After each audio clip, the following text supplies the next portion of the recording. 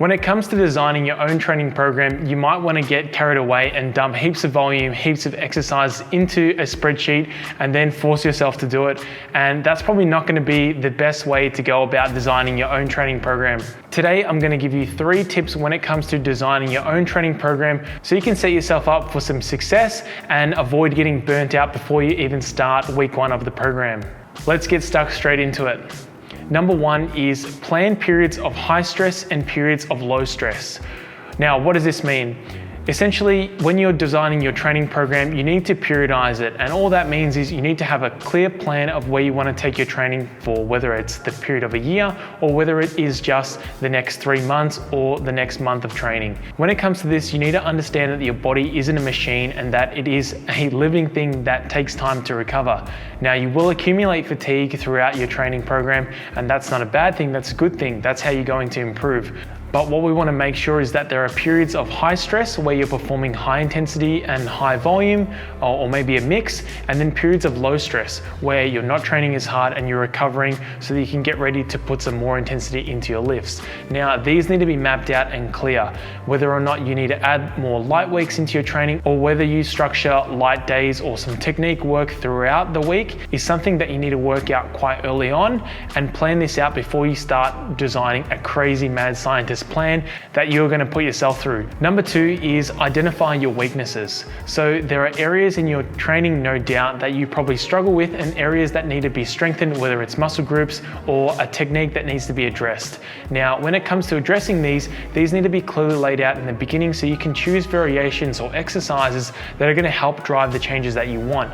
Keep these in your program and allow these to make the main movement or technique changes or allow you to bias a certain area so you can improve hypertrophy in a certain muscle group or develop and strengthen a whole movement pattern. These movements are also going to be key when it comes to driving technique adaptations. Something as simple as adding in the hang movement once a week or adding in a block variation can help save yourself from becoming too stressed out from pulling off the floor, but it can also help drive positive technique changes so that you can continuously improve your weightlifting when you're in a high stress period like high intensity lifting or high volume. The third and final tip is use variations that manage your fatigue. Now, this might sound really simple, but when people choose variations for exercises, often these are completely random. What I want you guys to focus on when it comes to your own weightlifting is pick variations that are going to allow you to 1, improve your technique and skill, and 2, also manage your fatigue. Now, there is nothing wrong with just programming snatch, clean and jerk, pulls and squats and doing the exact same thing every week, but you're ultimately going to put yourself at a disadvantage by not using other variations that can help you. This might be something as simple as doing a tempo pull, which forces you to use a lighter weight, which overall reduces your fatigue, introducing hang or high hang variations where you can't lift as much and you're forced into certain positions, which make it quite challenging, or even something as simple as on light weeks using the power variations opposed to full variations because you cannot go as heavy.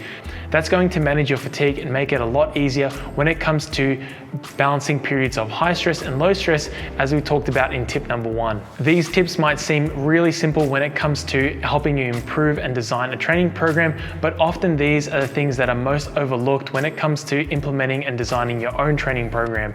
Most people tend to skip over these things and just write down some crazy amount of volume and crazy exercise list that they can't complete anyway. I want you guys to focus on variations that are going to drive your technique adaptations and also get you stronger in areas that you may be lacking. This is going to help improve your progress long term and make it so that you can continuously work towards your goals and get the most out of your training. Hopefully this helped you, and if you have any questions for me or you want me to go over into more detail on any of these areas, feel free to comment below and I will try and get back to you as soon as I can. And as always, thanks for watching and I'll see you in the next one.